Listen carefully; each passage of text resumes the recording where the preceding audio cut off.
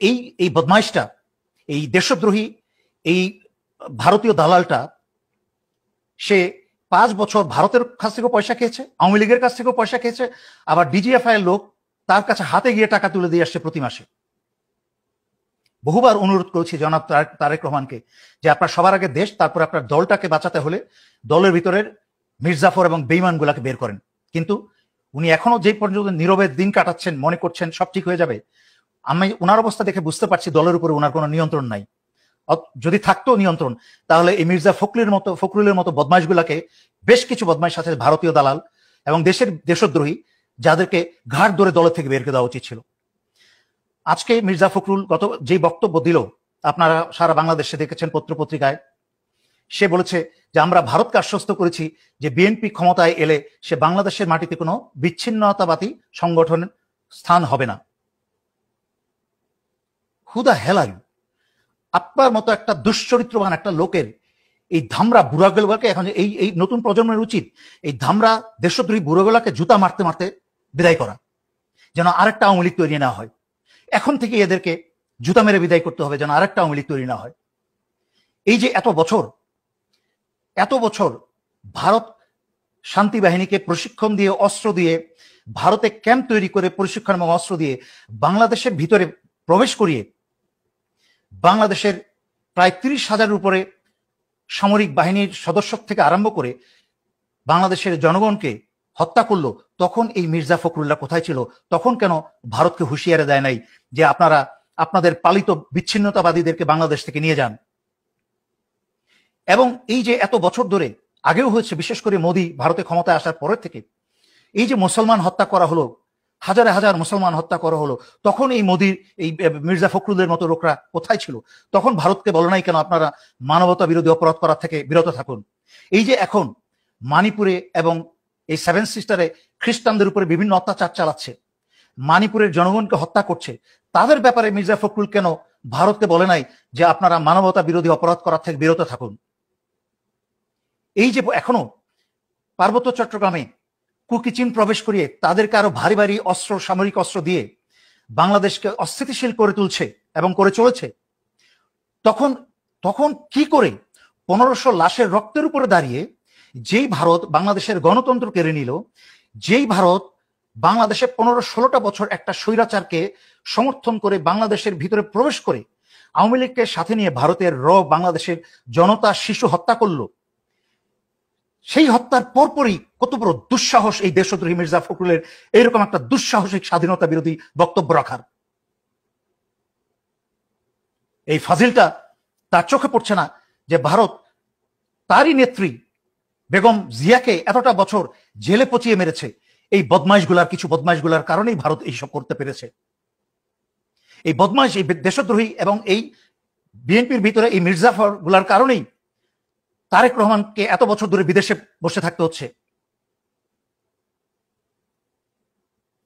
তারপরেও কি বিএনপি চোখ খুলবে না?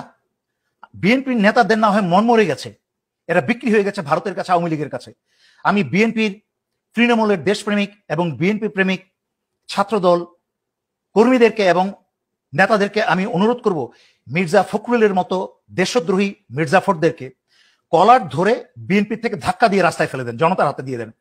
আপনাদেরকে আমার কথা অত্যন্ত গুরুত্বের সাথে নিতে হবে।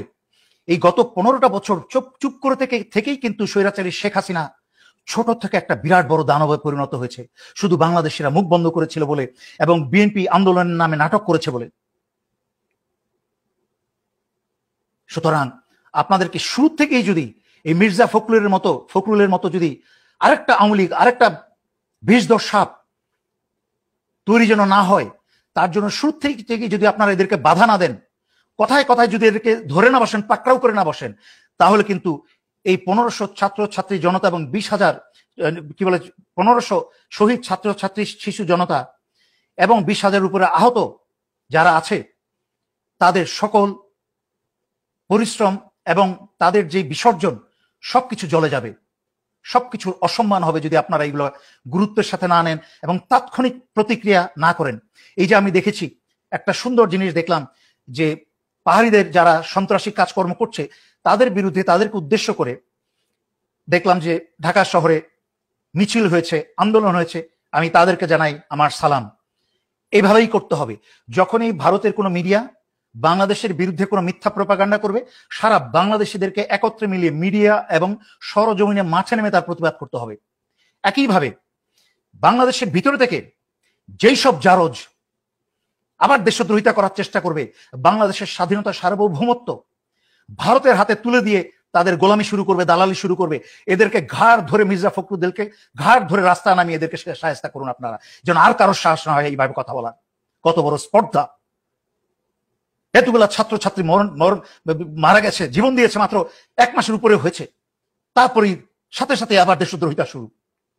আমি আগেও ব্যাখ্যা করেছি, ভারত যেহেতু কোনোভাবেই বাংলাদেশের ভিতরে আবার প্রবেশ করতে পারছে না, হিন্দু আন্দোলন করে, পাহাড়ি আন্দোলন করে, বিভিন্ন নাটক করে পারছে না, ডক্টর মোহাম্মদকে, ইউনূসকে অস্থিতিশীল করার চেষ্টা করেও পারছে না, তাদের অনেক দুর্বলতা থাকার পরেও তারা পারছে না। আমি আগেও ব্যাখ্যা করেছি, তাদের ধান্দা বহুদিন আগে থেকেই বিএনপিকে প্ল্যান বি হিসাবে ব্যবহার করা, যেহেতু বিএনপির নেতাদের চরিত্র নাই, এরা সব বিক্রি হয়ে গেছে, দুশ্চরিত্র। সুতরাং বাংলাদেশের জনগণকে কোনো দল করেন আর না করেন, যদি দেশকে ভালোবাসেন, মনে রাখবেন। আর বিএনপির ছেলেদেরকে সহকারে বলছি, আপনাদের নেতারা যখন ফুর্তি করেছে, আওয়ামী লীগের নেতার সাথে তারা চিয়ার্স করেছে, ছেলে মেয়ে বিয়ে দিয়ে বিআই করেছে, তখন কিন্তু আপনারা কিন্তু মার খেয়েছেন রাস্তায় এবং জেলে পচেছেন, ধান খেতে ঘুমিয়েছেন, পরিবার বিপদ পড়েছিল, তখন কোনো নেতাও কিন্তু আপনাদেরকে সাহায্য করে নাই।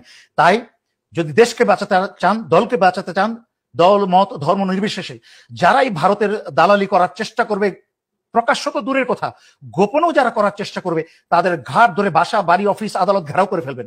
এদেরকে ঘাট ধরে রাস্তায় নামিয়ে এসে জনতার আদালতে তুলবেন। এই বলে আমি আজকের জন্য এখানে শেষ করছি। ধন্যবাদ। আসসালামু আলাইকুম।